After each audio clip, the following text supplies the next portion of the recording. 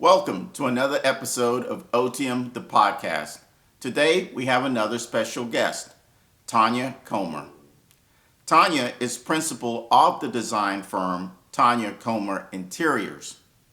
She has been recognized as one of the top 20 African American interior designers in the United States. Bringing design to life is Tanya's message and mission for her career as an interior designer and her work as a life design coach. Thank you for joining us today, Tanya.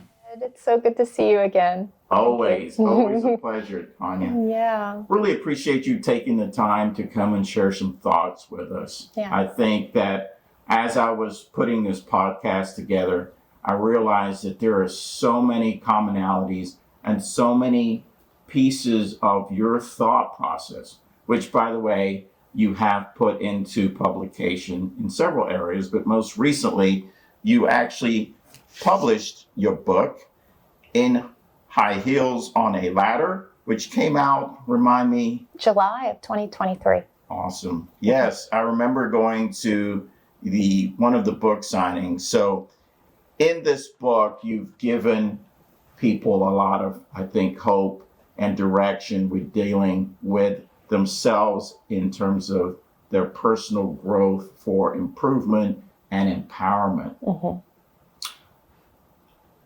Let's start with your background. What would you like people to know in terms of where you're coming from as we go into some of your ideas of where they can journey with you? Mm-hmm. Sure. So one of the things that is, I think, of the utmost importance to express to people is that you cannot judge a book by its cover. And I had climbed the corporate ladder before I found my way to interior design. I earned multiple degrees, academic degrees of higher education. And then I went on and built an interior design firm to be named one of the top 20 African American interior designers in the country. Wow. But on the inside, I felt insignificant, insecure, and inadequate. You would never tell that by the way I presented. And what was the sort of the catalyst for me to be able to have a real sense of self-growth was actually to hit rock bottom when I was at my top.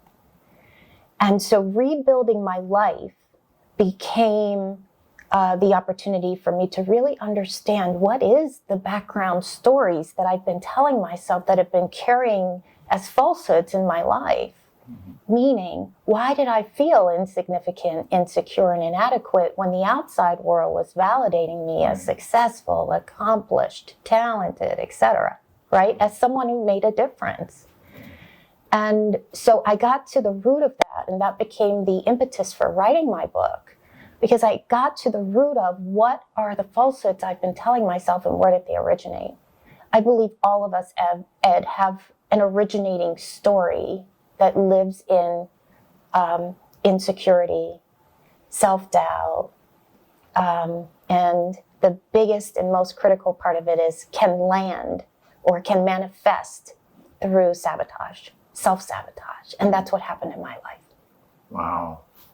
That is an interesting thought. So I know that there are a lot of accomplished people that have self-doubt. Is that different from the fear of not continuing to excel? How does that play in, right?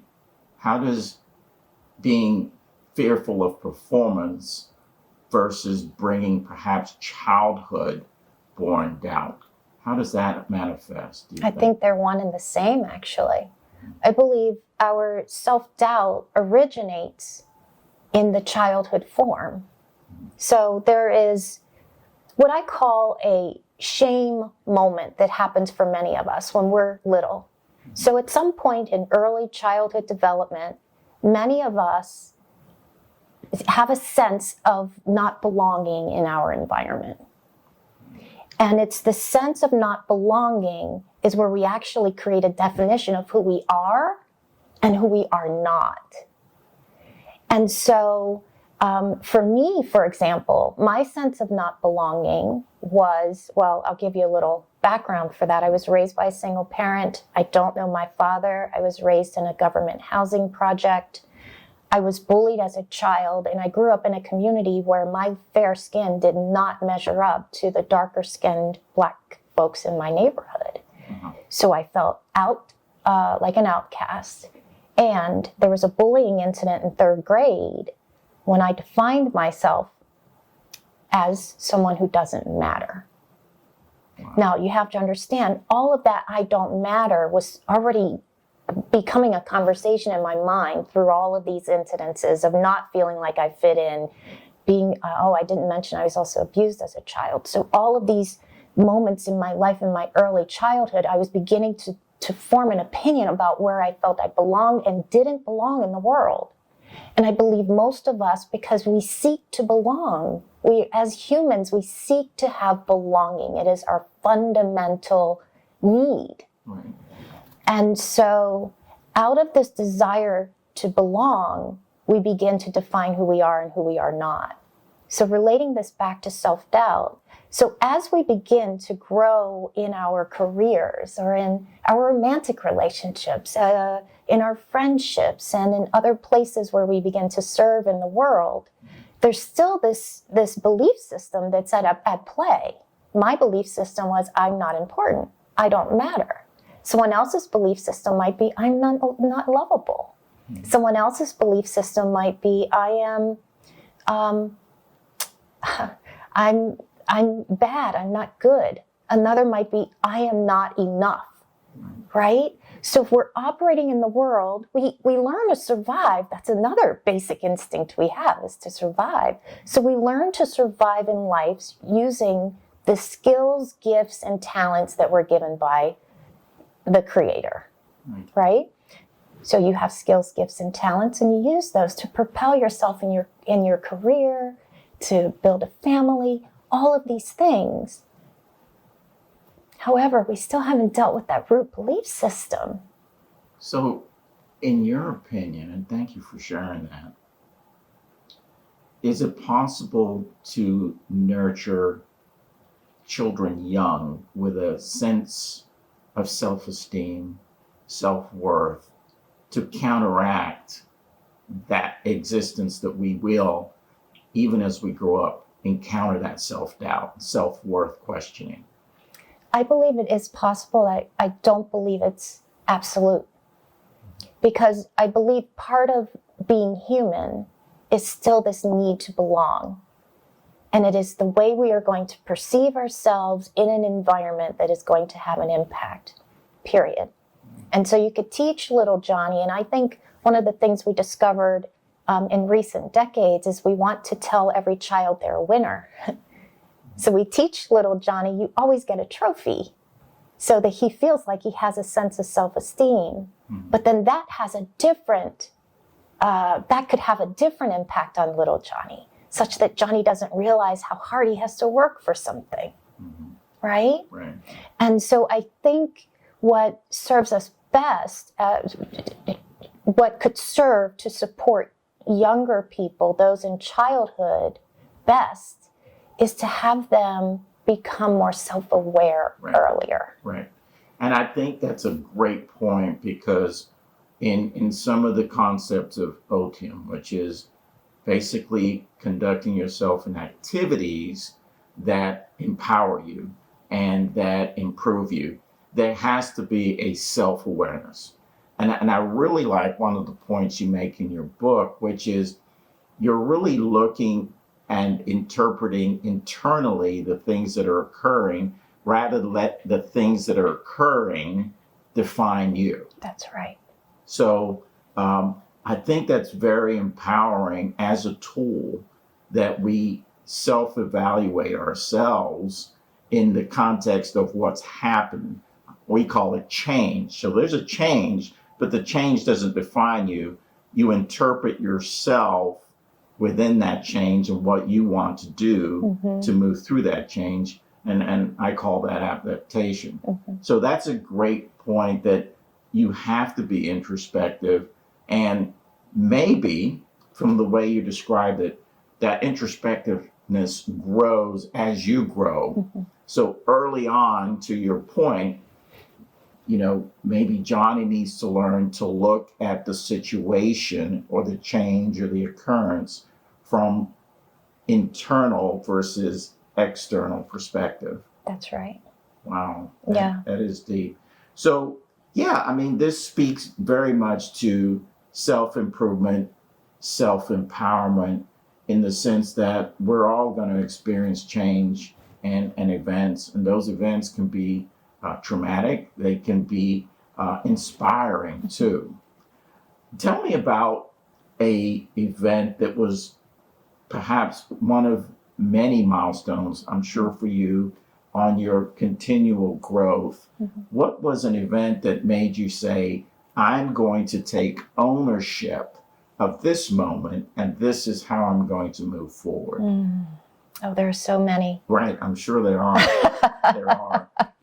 But that's probably going to be my next point, which is, you've got to continually be intentional about improving yourself. But perhaps there was an event or a person that inspired you to become great. Well, I will. My divorce. I had a really great relationship with this phenomenal man. And we never had a broken relationship. But what was going on is my I don't matter and his version of his shame story were in competition. It was very subtle. We never argued or anything, but it was the way we protected or the way we clung to each other. All of that became toxic, subtly. We didn't know it. He didn't know it. I didn't know it. And we eventually found ourselves getting divorced after 21 years together. Wow. Mm-hmm. And it was the sort of the beginning of the rock bottom for me. Now, the reason I bring that up is because I couldn't understand it, what was going on and the subtlety of it, because everything seemed okay. We had a few challenges in the relationship, but generally everything else seemed okay. So it wasn't until I began to embark on this journey or this world of transformation that I could see clearly that what was happening was so deeply seated in me and so deeply seated in him that it became a dysfunction that tore us apart. Now that helped me to be able to heal very quickly from the loss of my best friend, my partner. That was my buddy. My husband was my buddy. See, Ed, what hasn't been reconciled, for many couples, or when they separate or when they divorce, is they're still holding on to pains that they believe were there that really weren't.